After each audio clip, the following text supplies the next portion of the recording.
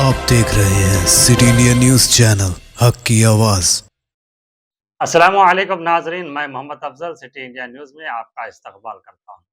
आइए डालते हैं आज की इस अहम खबर पर एक नज़र।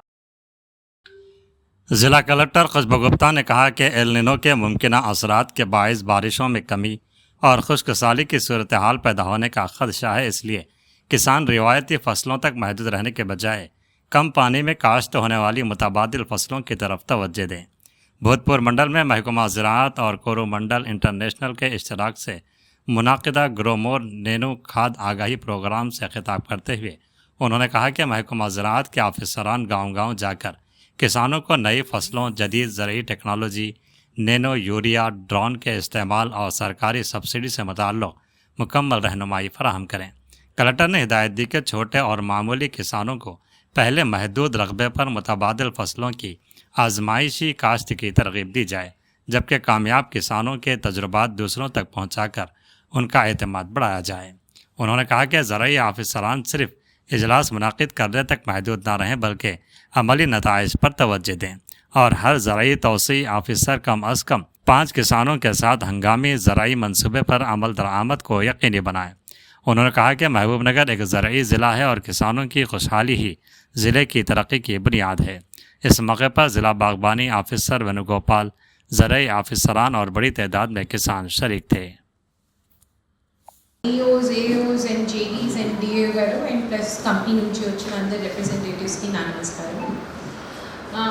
ఫస్ట్ ఆఫ్ ఆల్ మీ అందరికీ తెలుసు ఈ సంవత్సరం ఎల్నినో కాబట్టి ద మాక్సిమం ఇంపాక్ట్ రైతుకి ఉంది. మీరు ఈ రోజు చూస్తే మన జిల్లాకి రెయిన్ఫాల్ చూస్తే కూడా ఏం కనిపిస్తుంది, దాదాపు అన్నిటి మండల్స్ నార్మల్ పరిస్థితిలో వచ్చింది. బట్ అది సేమ్ ఇయర్ లాస్ట్ ఇయర్ లాగా పరిస్థితి ప్రస్తుతం లేదు. ఎందుకంటే లాస్ట్ ఇయర్ ఈ రెయిన్ఫాల్ 3 నెలలు జరిగింది, ఈ సంవత్సరం అదే రెయిన్ఫాల్ 1 నెలలో జరుగుతుంది. కాబట్టి క్రాప్స్కి వేరేలాగా స్కాంటీ రెయిన్ఫాల్స్ అవుతుంది. సో ఇప్పుడు సేమ్ క్రాప్ వస్తే అదే this cannot be practically possible also. కాబట్టి ఫార్మర్కి ఆల్రెడీ కొంచెం లాస్ లాగా కనిపిస్తుంది.